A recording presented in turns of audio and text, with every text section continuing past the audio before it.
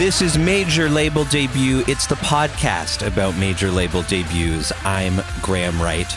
Something that I would hear a lot when I was working in a band, working in the music industry, that would really annoy me was business people, record label people, management people, etc. They would always talk about how it all really comes down to having a song.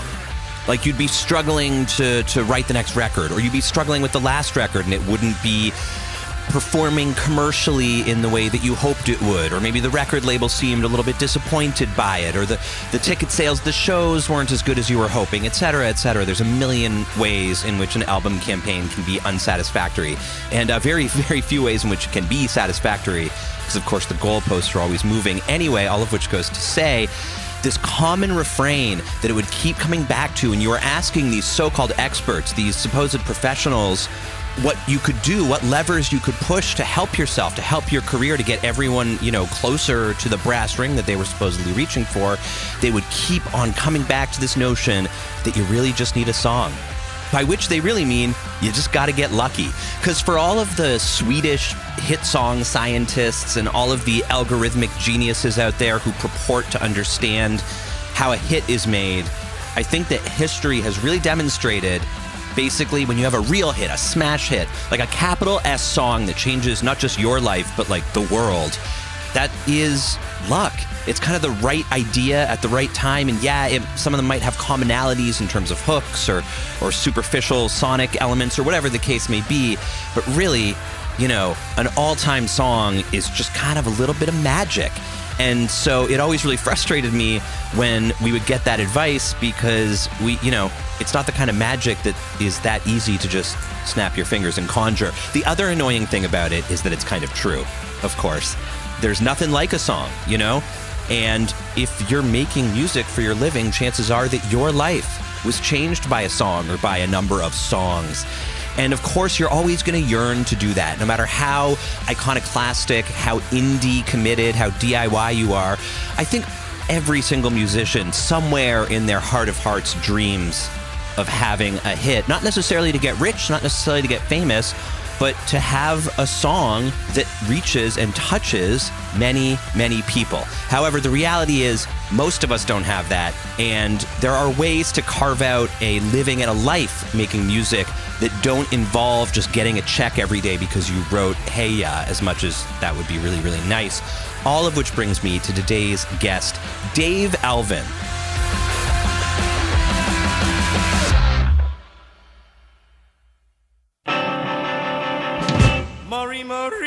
Dave Alvin of the Blasters and X and many, many other bands. Dave Alvin has been making music, living music for decades and decades. He wrote a hit song. He wrote a song called Marie Marie that was a hit for him and also for other artists. It sounds like this.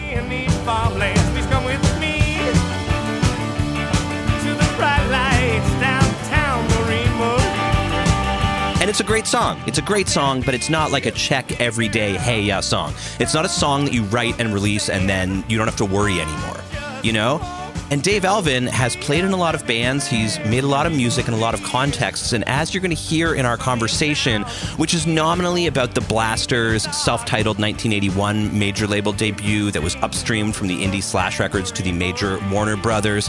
But as usual at this point on the show, we kind of just went off in all directions and talked about music and life and art and philosophy. Dave is a guy who really understands how he wants to work through this business, how he wants to exist in the world of making music professionally, and what he's not willing to do and the places he's not willing to go to. That is something that I think I personally really needed to hear at this point, And Dave is a man who is clear-minded, pretty unsentimental, and just matter-of-fact about it. And I consider that to be wisdom. And I think Dave Alvin is a really wise guy and a man who knows what it is to make your music the way you want, to love it and live it and embody that notion of a song without necessarily getting that ultimate validation. I think that that's really a beautiful thing, and we need it. It's the ecosystem that makes it possible for songs to exist and thrive in this world. This is the intersection of art and commerce. and where they get inside your brain and inside your soul, and they change the way that you think about the music you make, about your own art, about your own life, let alone your own career. Dave Alvin doesn't seem bothered or screwed up by any of that stuff, and that really made me happy to hear. So without further ado, here is my fantastic conversation with Dave Alvin of the Blasters.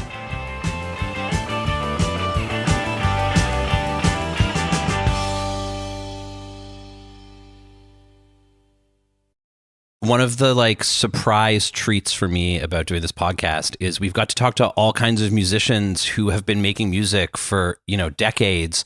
And it is so amusing to me that the first thing we get to do with all of them is talk about how to go into their computer settings and fiddle around with, little tick boxes. When you were starting the Blasters, did you ever imagine that you could be interviewed in such a futuristic fashion? It's like we're on the Enterprise. You know what? You won't believe this, but yes, because my brother Phil was when we started the band, he had just gotten his BS in science, but his thing was artificial intelligence. Wow. And we started in 1979, around March, April of 79.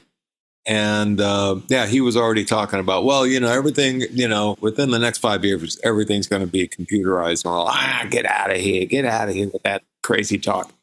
And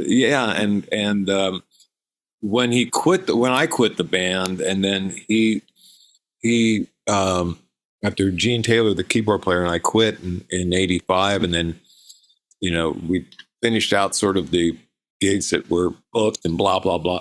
My brother went back to school he went back and got his MS, and then went to UCLA. This was all at Long Beach State University. Then he went to UCLA to work on his PhD. And so that was his deal. So it was a constant chatter in Blaster circles. Down to the stuff about making people immortal via computer chips. And we were all just, you're out of your mind, man. Well, you're starting a rock and roll band. You're angling for a different kind of immortality. Yeah, my brother is a genius in some ways, and I'm just a dumbbell. And to me, it was all about beer and girls, and and rock and roll. And my brother was thinking decades ahead. I was listening to another interview with you, and you were talking about sort of your first two mechanical things that you learned, being how to work the radio in the car and how to put the records on the turntable. And it strikes me that technology and music have been intertwined for, as long as both of us have been alive. And they're kind of it's just sound waves moving through the air. And once upon a time, it was people singing in caves. For a long time, the gizmos and the gadgets have been a crucial part of it. Yeah, at least since I would say when Edison and people like that started making the first recordings, it changed music forever. In that previously music was so regional. So if you were a classical musician, let's say in the 19th century, you would be familiar with, if you were Austrian, you'd be familiar with, Austrian and German operas and symphonies, but you'd also be aware of Italian and French and this, that, and the other. As far as day-to-day folk musicians, you had no idea what the guy on the other side of the hill was playing, and so you played a certain style on your, whatever your instrument was, guitar or bagpipes. But then in the 20th century, with the rise of recorded sound, a banjo player in West Virginia could hear a banjo player from Alabama. And there would be similarities and there'd be big differences. So the guy in West Virginia said, hey, I'm going to do a little bit of that too. And then the sound the regionalism becomes, more diffused. And over the course of the 20th century, you would see, rises in regionalism, say with, Chicago blues or Sun Records, rockabilly styles, or West Coast, this, that, and the other. But then that quickly gets spread out amongst musicians, and it changes everything. Mm-hmm. So regionalism, which is something that I really like in folk music, in traditional music and all that, is pretty much a done deal now. And it affects how you record. It affects how you play. When let's say when digital recording first came in, I was more of a purist. Oh man, it's got to be analog, But once I realized that in a weird ass backwards way, digital recording made it easier to make records like they did in the 1920s. In that, I was always burdened by, you used to have those 2-inch, 2.5-inch reels of tape, right? Mm-hmm. Weighed a ton, and you had to carry it to studio, and then you'd be playing in the studio, looking into the control room, and you'd see that thing spinning. Each one of those reels was like $250. So you got to get it right, and then you start playing like this, oh my God. Once I saw that with digital, oh, I screwed up, screw it. We got 80 more hours on this, on this hard drive. Fine. Yeah. That changed my whole way of recording, my whole personality when I record. I no longer go into recording sessions like, oh my God, we got one reel of tape and 4 songs, and I don't know.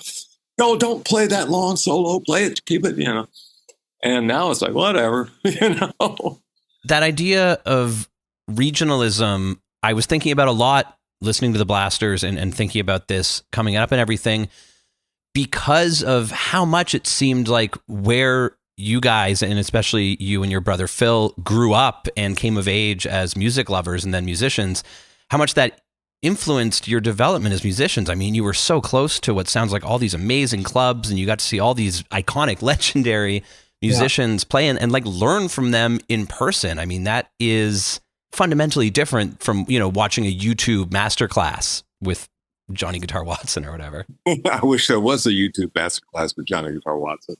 Yeah, it's my brother and I and the other members of the Blasters, along with, say, the Vaughn brothers in Texas and Duke Robillard and the Roomful of Blues gang up in the Northeast. I'm not saying, it's hard to say, but we were about the last people to see the last people. Yeah. It's one of the reasons why, there was friction in the Blasters, was we felt this need to continue this legacy that was handed to us, and then the problems, the artistic problems developed with, well, what's the best way to do that? Is the best way to do that doing note for note recreations of T-Bone Walker or whomever, or is it finding your own voice and taking what you learn from them and writing your own songs or whatever?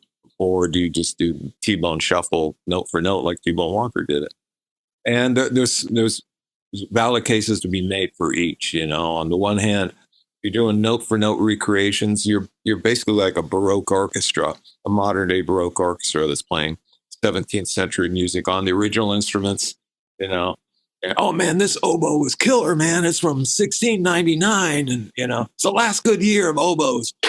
And and that's valid. I don't have a problem with that at all. I don't necessarily want to be in that band, Mm-hmm.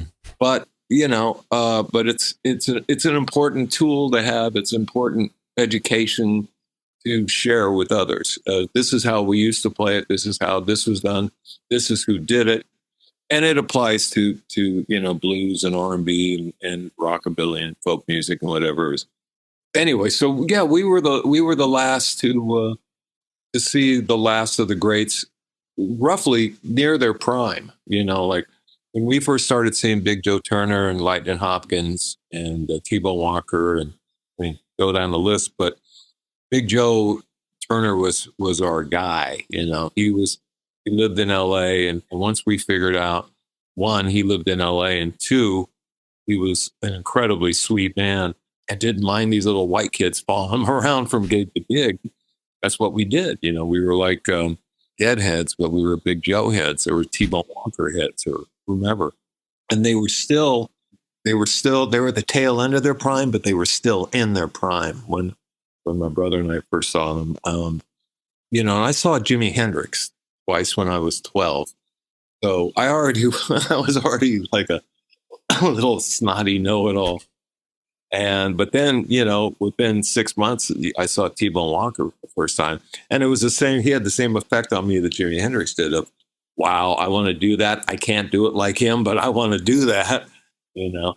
And anyway, it's a real blessing and all that we got to see those guys. But then people ask me now, you get young kids, young little 13-year-olds coming to your show because now you're one of the guys, Occasionally, yeah. They're all watching master classes on YouTube instead. Not on my guitar playing, I can guarantee. Well, I wonder how much that, because I really recognize that push-pull between wanting to, carry on whatever tradition you're trying to honor by literally picking up the notes of it and the performance of it and the style of it and just repeating that and, in that way delivering it to a new generation. It was obviously a whole different generation of music for me, but one of the first things that sort of affected my own creative journey is that I couldn't play any of the songs that I wanted to play like. And so the necessity of my own limitations led me down an entirely new creative path that brought all of those traditions, like they translated through me. They meant something to me and I tried to express it using my abilities. And I wonder if you feel like that is sort of what set you off on, what became this amazing rock and roll adventure. Well, that kind of, yeah, I guess if I'm understanding correctly, yeah, but that's really kind of came a little late. That's like near the tail end of my time in the Blasters when I was like, my brother and I were artistically kind of moving in opposite directions. And my brother Phil is a great, great, great, great, great singer. And I'm not. I'm good at interpreting, particularly my songs. I'm very good at interpreting. Not all of them, but most of them that I write. But my brother is a great singer. So, and his interest musically was not only in whatever songs I was writing, but, anything from the 1920s, 30s, 40s, he can sing it. He can sing like Big Joe Turner. He could sing like, early Bing Crosby or whomever, Cab Calloway. And I can't. And Phil would have been happy in a weird way if the Blasters had been a Room Full of Blues kind of band. And that's not a slag on Room Full of Blues. That's a high compliment in that in the 80s, 90s, that was the top of the line, as far as a blues R&B orchestra went. And I wouldn't be good enough to be in a Room Full of Blues, all the other Blasters could have basically been in that band, but not me. I was the loud, noisy doofus, that jumped around on stage too much. And what I brought to the band was a certain kind of energy and abandon, just because I wasn't in those days a guitar virtuoso. But I'm not going to have you tell me that I can't play guitar loud. I'll show you. I can, And am I making any sense? Complete sense. I know exactly what you mean, and it felt like that to me too. I'm feeling a lot of resonance with my own experience, which is very reassuring, frankly. In the singer-songwriter world, who have told me that one of the reasons they started writing songs was because they were terrible singers, and they only felt comfortable doing their own songs. As opposed to, doing, whatever, the Great American Songbook. And, I'm kind of the same way. I've done albums of covers because I try, when I do covers, it's covers I think that I can interpret a certain way. But in general, I don't see myself as Al Green or Sam Cooke or George Jones, or I do what I do, and some people like it, some people don't. But for me, like the thing to go back to seeing, hanging out at clubs like the Ash Grove when you're 13 years old and all that, and seeing everybody from Cleveland Chenier, Clifton Chenier, and Johnny Guitar Watson, and Reverend Gary Davis and Bucka White, the thing that I learned, the thing that I picked up on, like Lightning Hopkins was, first time I saw Lightning Hopkins, all I wanted to do with my life was be Lightning Hopkins. Like, how can I be Lightning Hopkins? And it took me about maybe an hour to figure out, I never can be Lightning Hopkins, but I can learn some of his licks and I can take some of his attitude and some of his life experience and apply it to my own life. Where with a lot of other younger musicians, they want to go the note for note route. Mm-hmm. I can't do that because not that particularly in the early days of the Blasters, when we first started, we were a note for note band. If a Junior Parker song was 2.5 minutes long on the 45, it was 2.5 minutes long when we played it, But yeah, for me, it was more about my way. I learned early on, I'm going to have to write my own blues. And if I'm going to make any kind of mark, if I'm going to carry on this tradition, that's my way of seeing the world.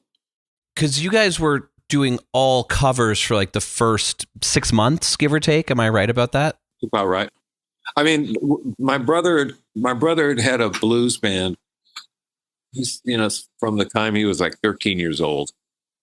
We had these older cousins, our cousin Donna Dixon and Mike Keller, who Donna was a rock and roll R&B chick. That's how she referred to herself. She would give us her records when she get tired of them. So from an early age, she was giving us Ray Charles, Big Joe Turner, Ruth Brown, a lot of doo-wop stuff, particularly West Coast doo-wop, like the Medallions and the Penguins and the Cadets and the Flares and the Jacks and then my cousin Mike was a folkie, and he played banjo and a good guitar, and he turned us on to Dave Van Ronk and Ramblin' Jack Elliott and Sonny Terry and Brownie McGee and and early Bob Dylan and things like that. So by the time my brother was 13, and we were little know-it-all hipsters, and I forgot. I'm sorry, what was the question?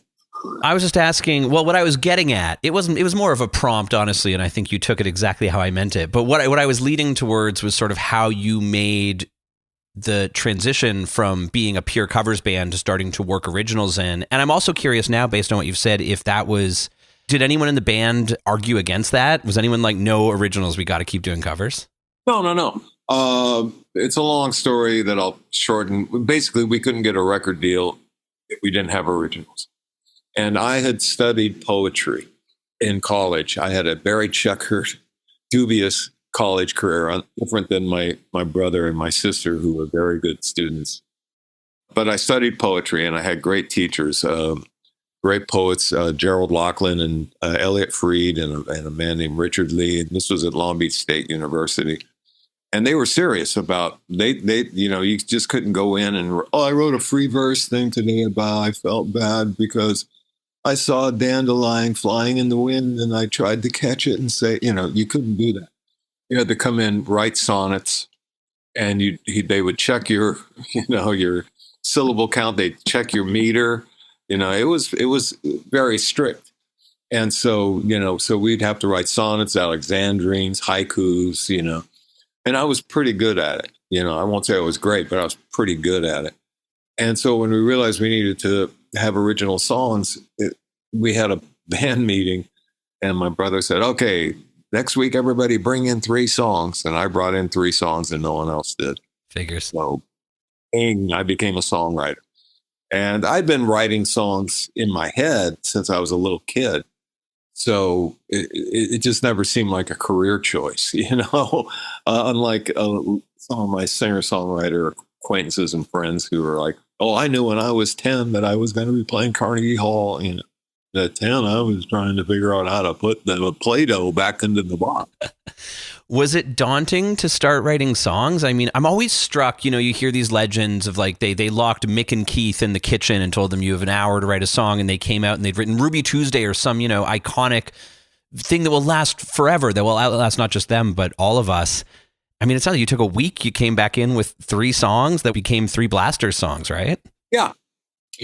Was it easy? No. Writing songs is about the hardest thing in the world. I hate it. I hate doing it. It hurts my head. When I was a kid, I had my head split open, roughhousing, and they had to sew my head back together when I was 6 years old.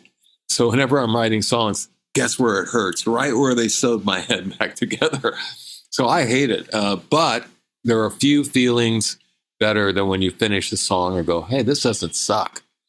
And with the Blasters, it had its challenges in that you couldn't just write anything because the band wasn't going to just play anything. You don't go to the Rolling Stones and say, hey, I wrote a polka for you guys, you know? So the Blasters were basically, everybody's background was in blues and R&B with little side things here and there. And so you had to write songs that a blues band would play that were not straight blues songs, but they had enough blues in them so that the guys would say, okay, this is cool, we'll do this. And then I had the issue of what my brother would sing. So what do we share? What outlooks on life, what opinions, whatever do we share that he'll want to have coming out of his mouth night after night? And then there was the other thing is they're all older than me. All the guys in the band are older than me. And I looked up to them, and I still do. You know, they were my heroes growing up. And so for me, as this young idiot, bringing in songs to these older cool guys, you know, and like, well, here, what do you think of this one? And then you know, and the way the Blasters work, we'd have a rehearsal, I'd bring in a song, I'd play it, I'd sing it like 5-6 times, and then my brother Phil would take over singing it. He'd listen and then he'd get it. So a lot of times it just, like we had a song called Marie Marie that was when I knew, it was like, man, I played it once or twice and the band had it. My brother, like after the third time, started singing it. But there were many others that I brought in, and you could tell, you know, by the way the guys reacted. And so, much to my detriment as a songwriter, if I was like working, I found an idea for a song and I started writing it, and I felt like, oh, the guys aren't going to play this. I just throw it away. It could have been the greatest song ever written. Could have been, you know, early version of Leonard Cohen's Hallelujah, but I would just work on, nope, Blasters won't play it. Don't need it. What did Marie Marie sound like when you brought it? Did you have vision in your head for, hey, you play a beat like this and the bass should go a bit like that? Are you sort of directing everyone, or is it more just here's the chords and the melody and now everybody do your thing? It depends on the song. With Marie Marie, it played itself. Yeah. That song I wrote, I was laying in bed and it just kind of came into my head, not the lyrics, but the melody and the groove all just came into my head. And I was laying in bed going, but what's this about? And then the next day we had a rehearsal that evening, and about half an hour before meeting for rehearsal, I just sat down and wrote some lyrics and in about 25 minutes. And that was that. And I had an image in my head from childhood that I had once seen on a drive with my parents, sitting in the back seat. I was sitting in the back seat of the car, and I saw this young girl on the porch of an old wooden late 19th century farmhouse playing a guitar. And that image just stuck in my head throughout my life. And then I just thought, hey, let's use that, you know? And so then I created this whole story inside my head and just wrote it down. It's an amazing song. I probably don't have to tell you that at this point. It's really evocative. And that image to start off with is like, I mean, I guess that's what you need for a great rock song, is just one really strong image that has just that quality to it. Yeah, you know, that's where the hard part of songwriting comes. Sometimes they just hit you. And other times you can go fishing, you know, and you just sit there with your rod and reel with the line in the, going, there's nothing there's nothing here today. And then 2 weeks later, oh man, you know, so it's random. Do you have a songwriting practice? Do you try, or did you ever go through a period where you were sort of doing it every day like a job, brill building style, or is it more just when inspiration strikes, you go running for the guitar? At my age now, it's inspiration. I can sit down, you know, if you put a gun on my head and said, yeah, write Ruby Tuesday in an hour. Yeah, I can do that. I don't think I'd come up with Ruby Tuesday. But yeah, in Blaster days and then in other periods in my solo career, if I get way into songwriting, then I'm a different guy. There's the songwriter brain is a different brain than the go to the market and get bread and eggs brain. And so, yeah, in Blaster days, I would quit drinking. I wouldn't go out. I wouldn't do anything. And it can still get that way when I get into a songwriting jag, you know. So yeah, I mean, certain songs were written, you know, throughout my career. I won't say with a gun on my head, but with a time thing on me.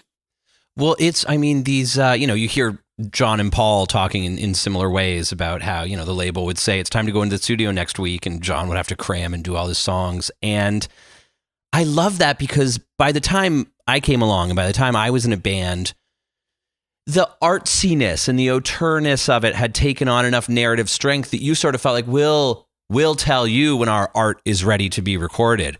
We'll bring the songs when the songs come to us. And it's always a good reminder that, there is an element of professionalism to this, and an element of, sometimes you got to do your job and write your songs.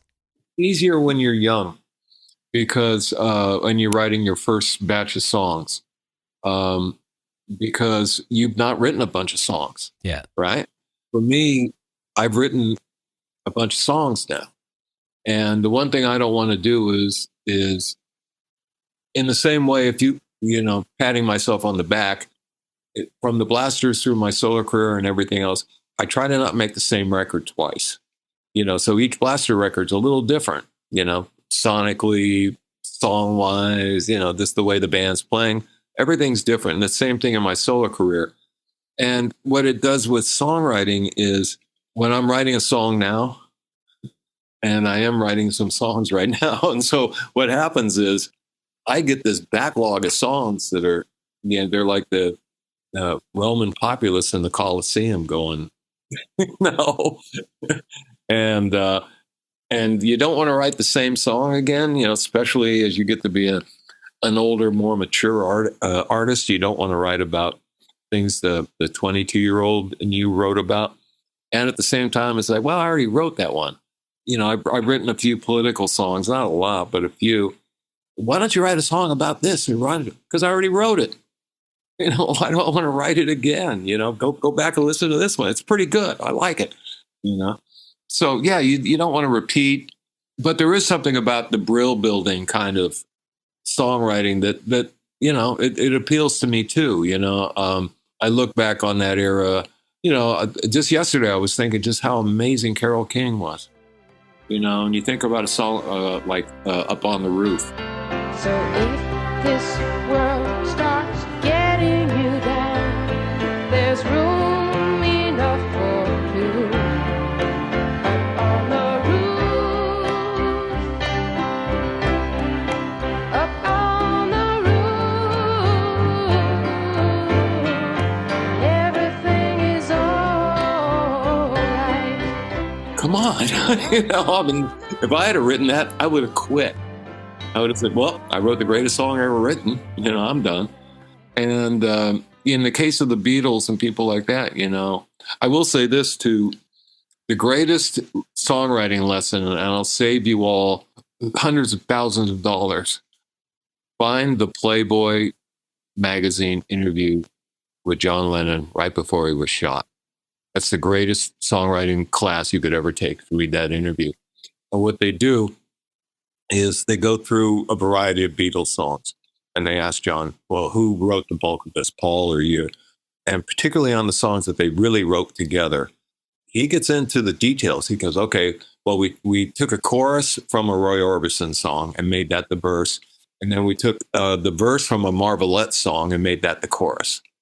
And then we changed the lyrics. And then the more we played it, the less it sounded like those things. And it was all about how they taught themselves how to write songs.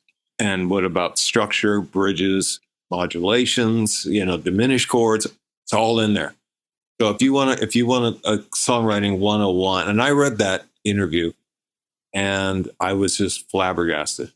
And it's funny, every now and then I'll run into another songwriter and that'll come up. So that's how you write songs. I will be hunting that down. And I think it is, you were talking about going into poetry class and not being able to bring in a free verse, sort of, free associative, just pure vomit expression of your feelings. And I'm sure a lot of people feel this way. I certainly had to get used to the notion that it's okay to use the tricks of the trade that have been developed by, 100 years of brilliant songwriters or longer. And I'll still find myself to this day, I'll be working on some song and I'll be stuck and I'll be stuck and I'll be stuck. And then it turns out the solution is just, I need a pre-chorus or a middle eight, or, I just need to employ, a relative minor or a 7 chord, or just one of the things that I don't want to admit that my beautiful, precious art that I'm making could possibly need something so simple and pedestrian as that. And yet almost every time they're the tricks of the trade for a reason. Yeah, there's not. I mean, there are now. I'm sure that in the same way that there are classes, university guitar center. But when I started writing songs, God damn it, you kids, you didn't have that. And the thing about songwriting is there's no rules to songwriting in that you can start with the bridge. You don't have to start with the chorus. You don't have to start with the verse. It's not like building a house where you build a house, you got to start with the foundation and then you build the house up. In songwriting, you can start with the roof, build down. When I started writing songs, I realized, like I said, I'd studied poetry and studied poetic forms. And I knew that the blues form, the standard blues form, is just another poetic form. In the same way that a sonnet is, 12 lines, A, B, B, whatever, A, rhyme scheme. And there's no different. The blues is exactly that. And, and not all blues is poetry, not all rock and roll songs are poetry, but they're working off those structures. And so that made it easier, to write songs too, because I could write a blues song and then change it a little bit so that it wasn't a straight blues song. And that's still how I operate. And that gets towards something I've really been interested to ask you about, which is, broadly speaking, genre. Because from reading interviews with you and listening to the music and stuff, first of all, you have this amazing saying. It's if you Google your name, the first result is your official website, and the description of your official website is a quote from you that says, "There's two kinds of music: quiet folk music and loud folk music. I play both." And I thought that was such a beautiful distillation of it. And it occurs to me, sometimes it seems like there are very rigid genre markers. And, I played indie rock, whatever that means. It was a bit of a vague one. And yet there's a bit of a, who was it that said about pornography? You know it when you see it. There's a bit of that. And yet there are also these artificial rules, and there are these, I don't know how much of it is structure and how much of it is sort of imposed narrative expectation. Do you have an opinion on that, or a relationship throughout your career with the tyranny of genre, or possibly the freeing structure of genre? Yeah, well, it can work either way. I don't like genres because as a songwriter, it goes back to kind of what I was saying about the Blasters, in that I would have to bring songs in that the Blasters would play and feel comfortable playing. Great. Okay. So I know what the boundaries are and how to push them. Maybe I can push them this way, maybe push them that way. But I don't like being told what to write now. One of the reasons I left the band was I kind of ran out of songs that I could write for my brother. I kind of wrote them all. And over the years in my solo career, I've written a few songs that, my brother could sing the hell out of this. But I can't sit down and say I'm only writing songs for my brother. And to me, it became about the song has to dictate everything. So if you're writing a song and it doesn't fit what you've done before, but it's still, it's kind of a okay song. Okay, well, we'll cut this and see what happens. And that sometimes defies genres.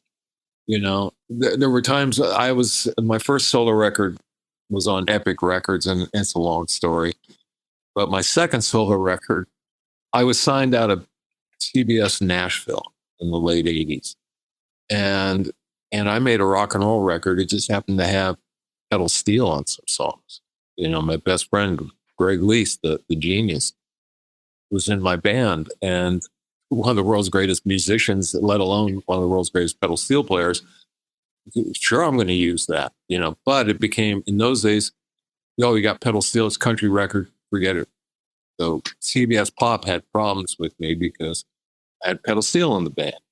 And CBS Nashville had problems with me because my band was basically an R&B blues rock and roll band that had a pedal steel in it, And I wrote a couple of songs that were kind of country-ish.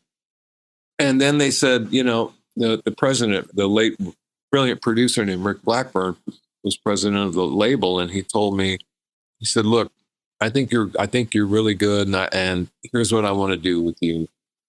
You can write side 2. I want to have professional Nashville songwriters write side 1. I'm going to choose all the musicians, and I'll produce your record. and I can make you into a country star.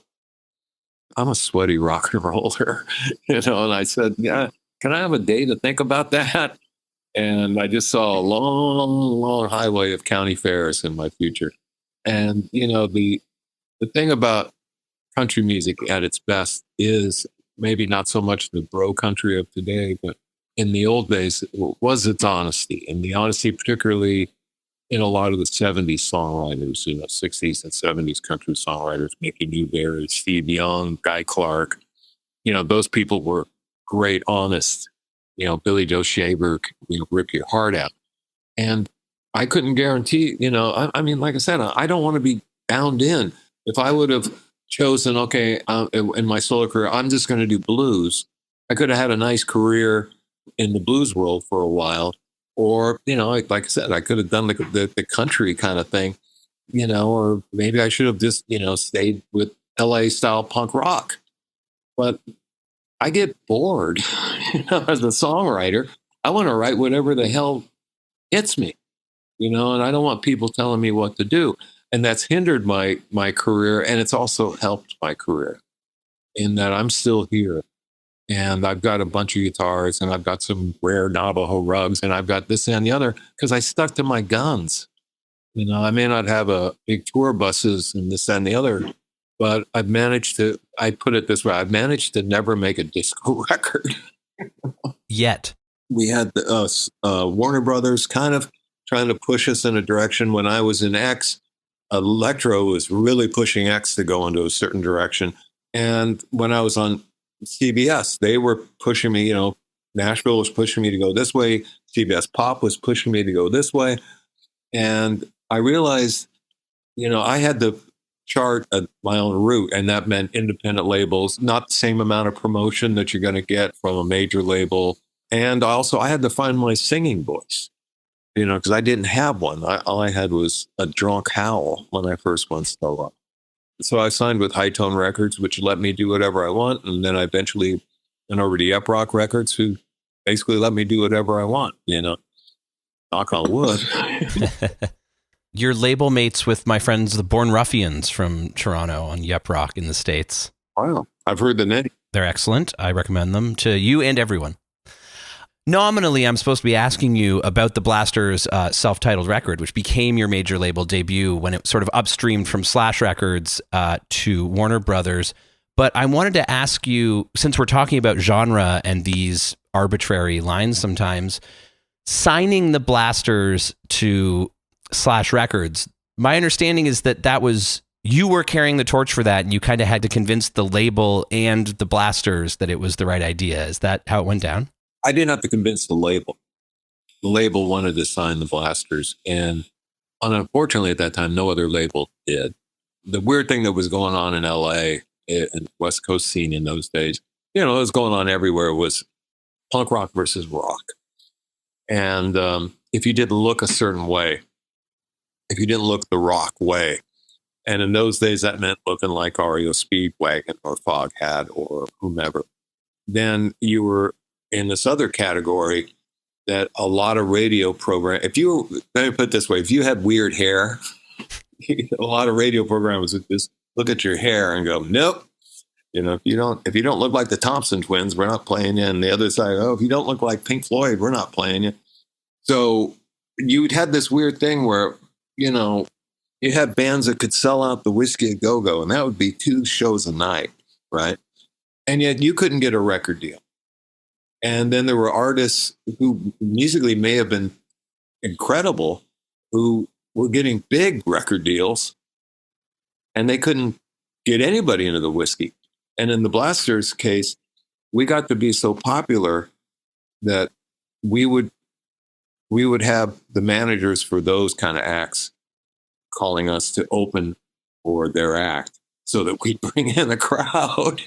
And if you offered us enough money, in those days I booked the band. So if you offered us enough money, yeah, okay. I mean, we don't want to, but sure, we'll open for insert artist name here. And again, I'm not slagging them. I'm just saying it was weird that we couldn't get a record deal. And, there's a particular artist, really nice guy, very talented guy, but he couldn't draw flies, and he got it was a $500,000 record deal. And his managers called us to open up for him and begging me, could you please, we really got to get a crowd in. It's his record release party. And I was like, okay. And like, well, we'll give you this. We'll let you do this. We'll get you this gig if you do this for us. And so I knew that, why can't we get a deal? Why couldn't the Alley Cats get a deal? How come the Plugs can't get a deal?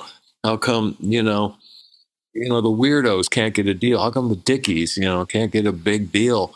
And so it became frustrating, Slash, was the label that wanted to sign us.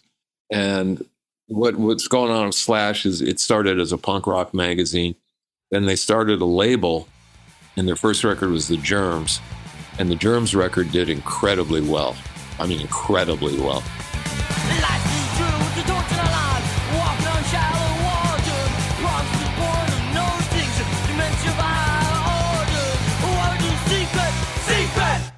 And so then they asked the Germs, who should we sign next? And the Germs said, sign X, because X couldn't get a record deal. And X, again, selling out 2-3 nights at the Whiskey, getting banned, by the LAPD. We're coming, all this kind of shit.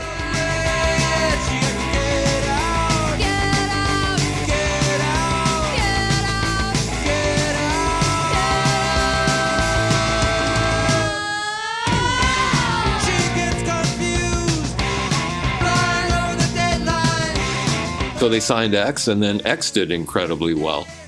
And then they asked X, who should we sign? And they said, sign the Blasters. And then when we got signed and then we started doing good, it was like they asked, well, who should we sign next? We're like, Los Lobos. You got to sign these guys. These are our friends from East LA.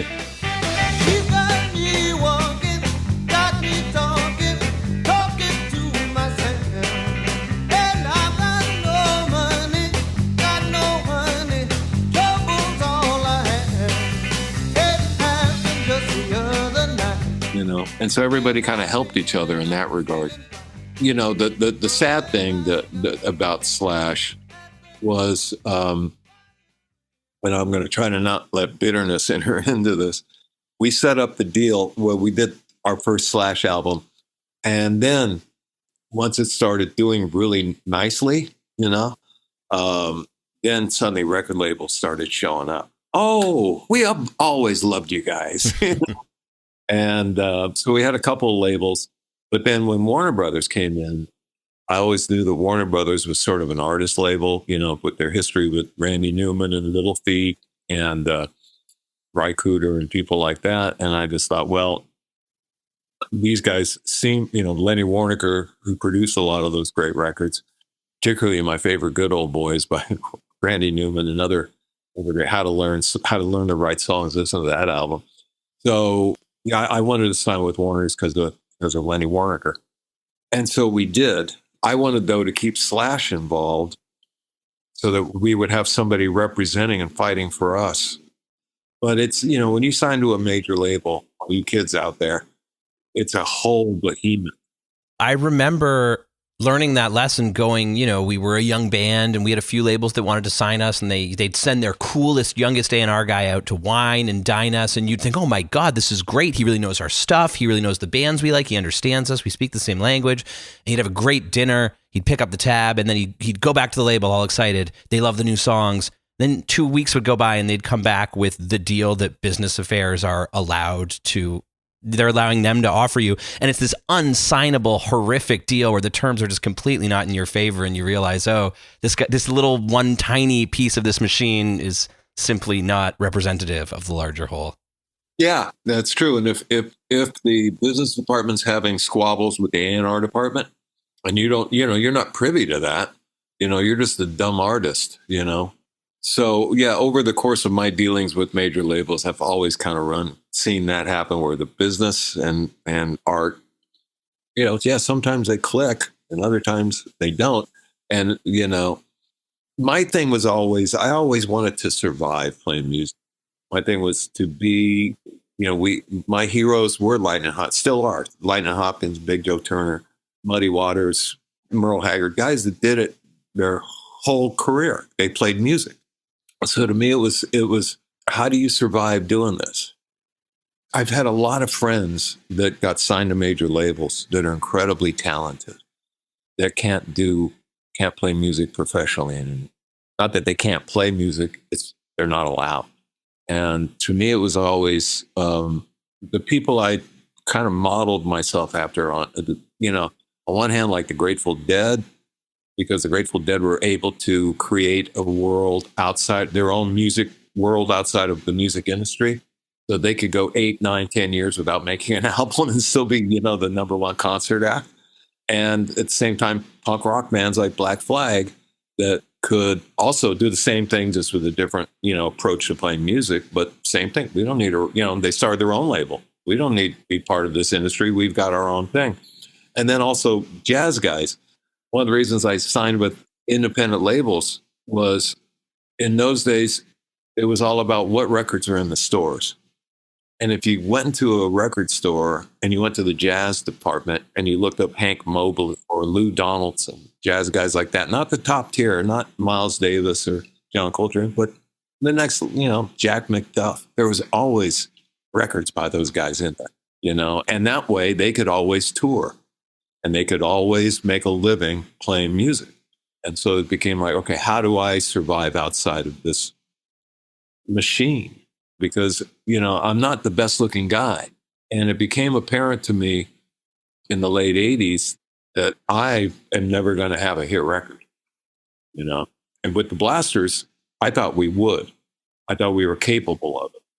But when it came to my solo career, I realized, I looked funny, And in those days, particularly, it's kind of transferred. I mean, rock and roll has always been about looks. It's the reason why Elvis was Elvis and Bill Haley was Bill Haley.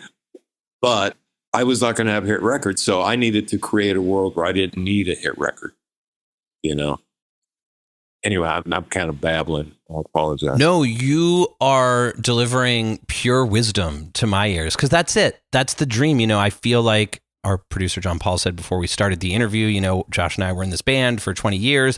I thought that was going to be my shot. I thought that was going to be it. We did really well. We got to tour. We did it for 20 years professionally. We made some great records, no regrets, but we never had the hit. We never became the thing that I assumed when I was 13 I would just become. And now after that, I'm just looking for a life in music. And I don't care about having a hit or fame or fortune or anything. I just want to not have to stop. And so it's nice to hear someone else wants the same thing and has achieved the same thing. I mean, my God, you did it. Well, you try, I mean, it could all get, we could, as the old saying goes, we can all be working at the gas station tomorrow. When the Blasters started, I was a fry cook in a Middle Eastern restaurant in Long Beach, California.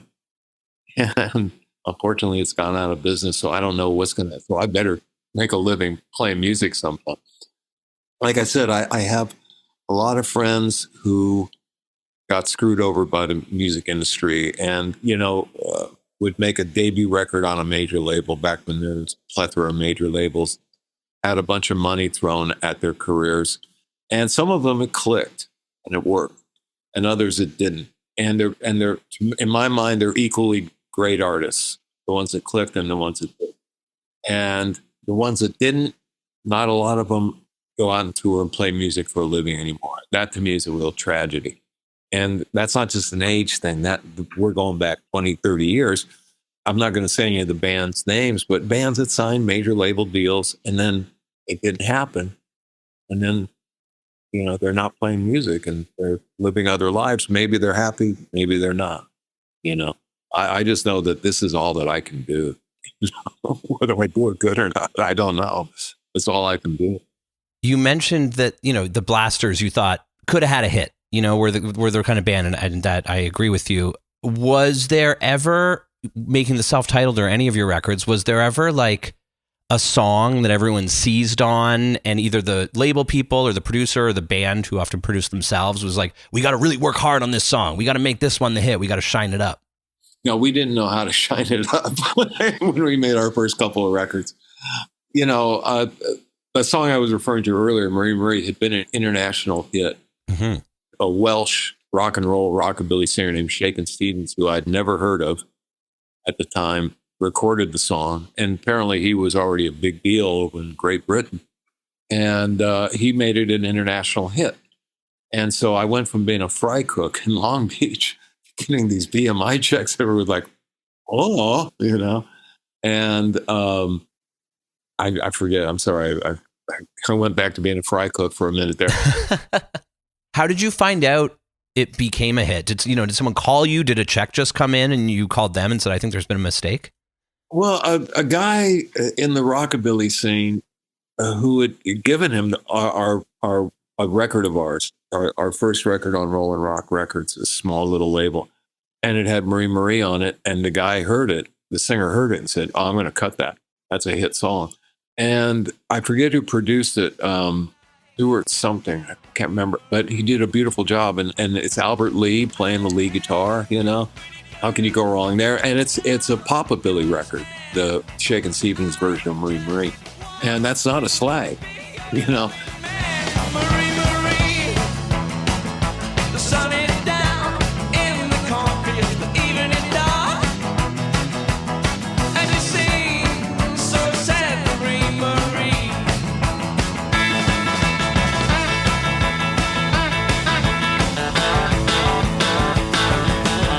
The way the Blasters did it, though, we played it like a bar band, which is what we were. And we didn't put any pop sheen on it.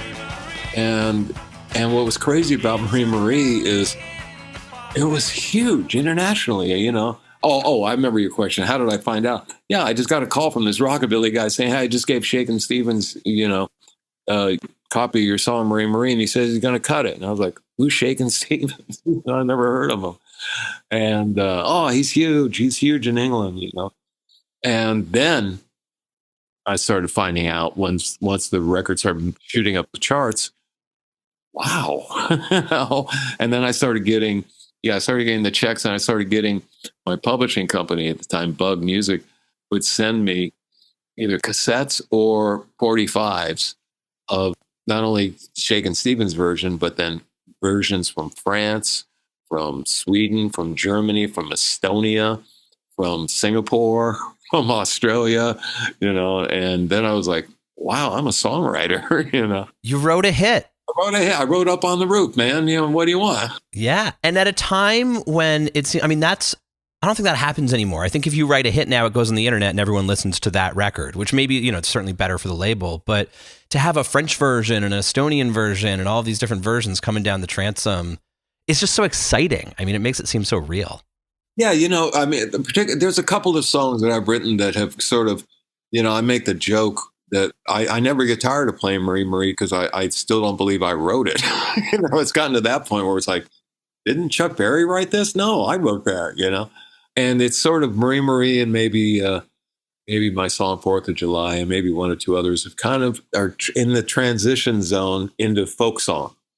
In that, when I'm dead and gone, Marie Marie's still going to get played somewhere, because I still get weird covers will pop up on YouTube, or someone will say such and such band, did Marie Marie in the encore. Oh, really? Wow. So it's the music business, man. You just throw up your hands and go, I don't know. Yeah, you input the music and then the business does the business, and you hope that you like what comes out the other end. Yeah, and the business has changed, as you were saying, so much. The analogy I use is, you're playing baseball, right?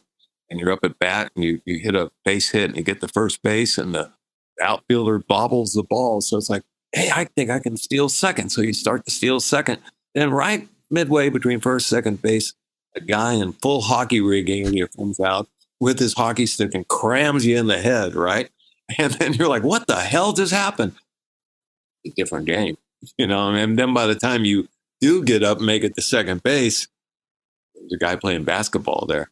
So you just kind of have to, one way to guide yourself through the rapids of the music industry, and this sounds really corny, but it really is, it's a love thing. And you have to love music. You have to love the process of making music. You have to love the people you're playing with, or at least tolerate them, but you have to love making music with them, The Blasters were a love thing. We all loved each other. We still do.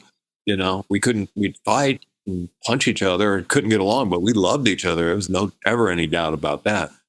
And I love playing music. I love writing songs, despite what I say about it hurting my head. You know, I don't hate touring. I love playing music live. I love the interconnection between me and the audience. You know, particularly in roots music or any kind of oddball music. That audience has found you, you know, and they react to your oddball view of the world. And you're reacting to their oddball view that's not part of the overall pop culture.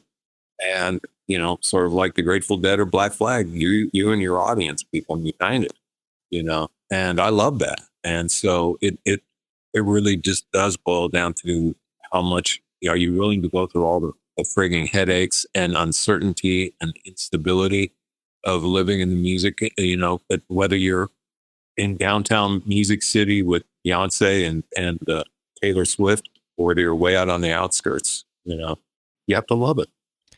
And that can be a vulnerable and dangerous thing, because that love of it and that notion, I would do this for free if I had to.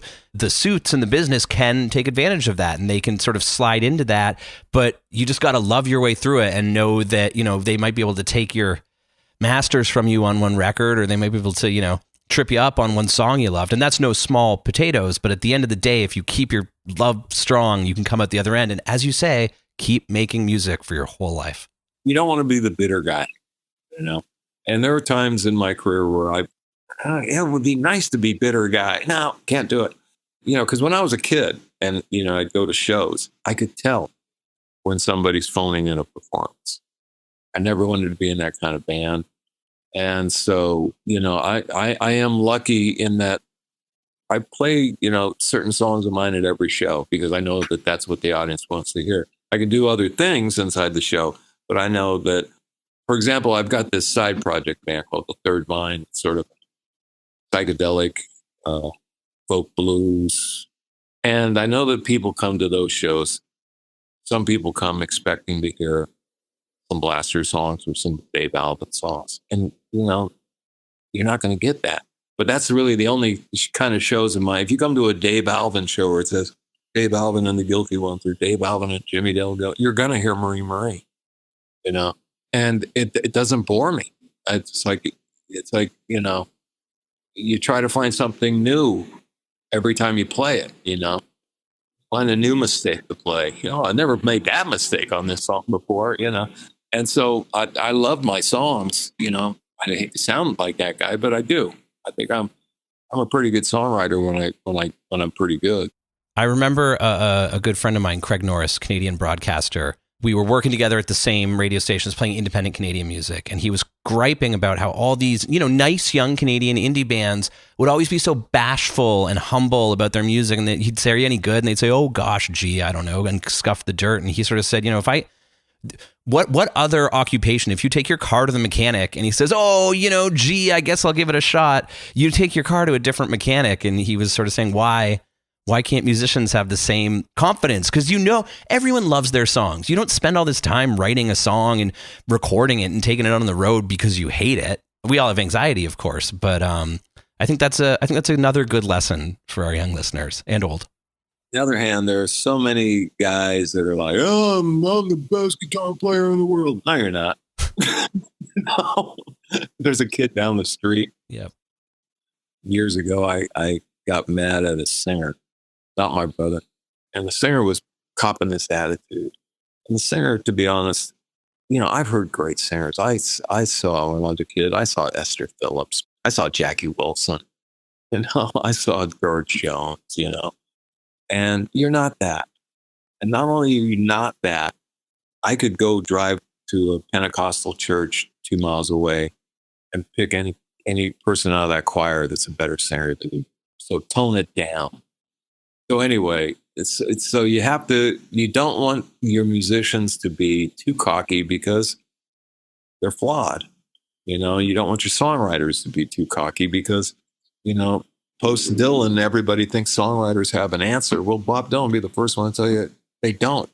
They're just flawed individuals like everybody else. And, you know, and I see a lot of sort of songwriter worship where people think singer-songwriters have got some kind of clue to the universe. No, they just know how to access that part of their brain. And it ain't easy, and it's to be admired. But on the other hand, you know, they're not the Archangel Gabriel or something. You know, they're just They're just people. But I will say, yeah, I've written some good songs. You know, I'll stack up my best song against Bob Dylan's worst any day of the week. I think that's a true achievement. If I could stack my best song up against Dave Alvin's worst, I'd be feeling pretty good. You've been so generous with your time, and I'll let you go. I have 3 questions, and the first one is, who are your favorite songwriters, Dave? Oh, everybody. You know, as far as structure, come on, you can't beat Cole Porter, you can't beat George Gershwin. You know, I don't like a lot of the songs that he writes, but Paul McCartney's a goddamn genius. You know, maybe more so than John Lennon. You know, just talking structure. You know, Lennon maybe is more insightful and lyrically deep, but musically, they're both geniuses. But you know, I love Lieber and Stoller. I love Robert Johnson. I love Skip James. I love Leroy Carr, the great blues singer. I love Hank Williams. I love Merle Haggard. You know, Chuck Berry, Steve Young, Terry Allen, Guy Clark, Randy Newman. You know, go down the list. Leonard Cohen to me is, you know, and of course Dylan. But you know, I think overall, to be honest, Leonard Cohen is a great songwriter to study because we write differently. But Leonard Cohen was always evolving. And talk about honesty, particularly the last few albums were just like, wow. You know, and if I can be an artist like Leonard Cohen and be 80 some years old and he is penetrating and as Leonard Cohen was, I mean, yeah. Yeah, if anyone listening has not checked out the last few Leonard Cohen records he made, so he was making music right up till he died, and they are as wise and insightful, and I'm getting goosebumps just thinking about it. I mean, and his perspective on getting older and looking backwards it's everything you'd hope for from Leonard Cohen. It's all on there. Yeah, you know, I mean, we wasn't trying to write Suzanne again, you know, when he was 80. Although I had one interaction with Leonard Cohen. If you're willing to tell me, Leonard Cohen is like my greatest hero. So if you would tell me, I'd be very thrilled to hear it. He had these 2 singers in his band for a while, Julie Christensen and Perla Battaglia. And they put on this show at Royce Hall. And it was a benefit for one thing or another. But they had, you know, the backup band was Greg Leese and Bill Frisell on guitars. The great late drummer Don Heffington playing drums. There was a string quartet. Actually, not even a quartet. It was like an octet. It was a big to do, right? And Royce Hall at UCLA is this legendary historic theater on the campus of UCLA. Beautiful. And so they had like Jackson Browne and Graham Nash and Michael McDonald and all these kind of people. And then me, you know. So I went out back to have a cigarette, and I'd never met Leonard. And I shouldn't even call him Leonard. I'd Leonard Cohen. And my image of him was probably from around the Ladies Band album. To me, that's what Leonard Cohen looked like. Okay. So I'm hanging out behind back Royce Hall, and I'm smoking a cigarette. And this little guy that looks like he was selling used cars on Ventura Boulevard in Encino comes over, stands next to me and goes, "You mind if I just stand here?" I was like, "No, why? Why you want to do that?" He goes, "Oh man, I just want to smell that." And I was like, "Oh, okay." Yeah. Because, you know, they don't let me smoke anymore. But I tell you what, if I make it to 80, I'll go back on cigarettes. Like, that's a good role model or a good plan there. And then he's like, "So what are you doing here?" And I was like, "Oh, I'm singing a song in this Leonard Cohen tribute." He goes, "Yeah, what song are you doing?" I said, "Democracy Comes to the USA." He goes, "Do you like the song?" I said, "Yeah, I think it's a pretty good song. Then it gets the point across, right?" And he goes, "Yeah, I think it does." And then we went back, and then he finally, at one point, he goes, "You know, man, can I get one of those from you?" And I was like, "They're menthols." And he goes, "Oh, man." So I hand him a cigarette, and he lights it up, and we're sitting there smoking and making small talk about this, that, and the other, and, you know, the weather, you know. And then when he finishes the cigarette, he goes, "Thank you so much. It's really an honor to meet you." And I was like, "Well, sir, it's an honor to meet you," thinking that he's a used car salesman from Encino. He walks away, and then about 5 minutes later, Julie Christensen comes up and he says, "So what were you and Leonard talking about?" I was like, so that was my meeting with Leonard Cohen. Great choice of song to sing also, by the way. You mentioned not needing to write another political song. I feel like maybe no one ever needs to write another political song after Leonard Cohen wrote Democracy. me and Leonard, the one thing we share in common is nicotine voice. And so does the world really need another nicotine soaked version of Democracy's Coming to the USA? Hey, you know what? 1 million people have cut Hallelujah, and probably Leonard would have preferred if 1 million people had cut Democracy Coming to the USA and left Hallelujah to him. I'll tell you what, Dave, I'd buy it. So if you get it out there, I'll be first in line. Okay, thanks. Well, to wrap up, last question, I promise. We always wrap up by asking a food-related question. Now, I got to say, we got too into our really interesting conversation, for which I cannot thank you enough, about art and about creativity and life and music. I didn't really remember to ask you many questions about making the Blasters' self-titled record, but I can ask you this one, which is, what were you eating while you were recording The Blasters by The Blasters? We used to have every day, we'd show up at the studio and there would be 5 cases of beer stacked up outside the studio door. That's what we ate in those days. We were drinkers. And I can't imagine living that way now, but we lived that way then. And that's why we punched each other and fought. And besides alcohol, it was barbecue. That's what we ate. We lived on barbecue and beer in the Blaster days. Dave, I don't know what to say, man. I really enjoyed that so much. I was looking forward to talking to you. I loved talking to you. I feel like what you were talking about at the beginning about, you didn't use this word, and speaking of getting corny, I'm sorry if this is past the line, but being a bit of a disciple for these, brilliant musicians that you were following around, being a deadhead, so to speak. And I and all of us are just so grateful to you for now passing that wisdom on to us and to the podcast listenership. And now it can be preserved in the AI cloud for all eternity. Well, I'll just say this. The biggest lesson I learned, if you follow around the older musicians, the older blues singers, some of them were jaded, bitter guys. Some of them, Big Joe Turner, Lee Allen, who was later in the Blasters with us, T-Bone Walker, people like that. The thing that they taught me was it is about love. I asked Big Joe Turner once, how could you go, because we were falling from gig to gig, and he'd play a gig where it'd be a sold out club of 300 people, and then 2 nights later it'd be in a different part of town and there'd be 30 people max. And I asked him, I was a dumb little 14-year-old, what does it feel like to play for 300 people one night and 30 the next? And he said, well, sometimes there's people and sometimes there ain't. And the thing that got him up there in front of those 30 people was he loved what he did. He gave it's just about the same to those 30 that he did to those 300, So that's the lesson I took, was this is all about love. It seems to have served you well. Yeah, thanks. Thanks, Dave. Adios. That's Dave Alvin of The Blasters, on their album, The Blasters, and just generally on Dave Alvin's life and career in music. I really especially loved what he said about love. He qualified it by saying, I don't want to be corny, and I find myself also tempted to qualify it in the same way. But I'm trying to be brave about that stuff and not disclaim so much, because as I get older as an artist and also just as a human, I am more and more convinced that love for the people around you and for the work you make and for yourself is the only real thing in the world. The only genuinely important, meaningful element of life is love.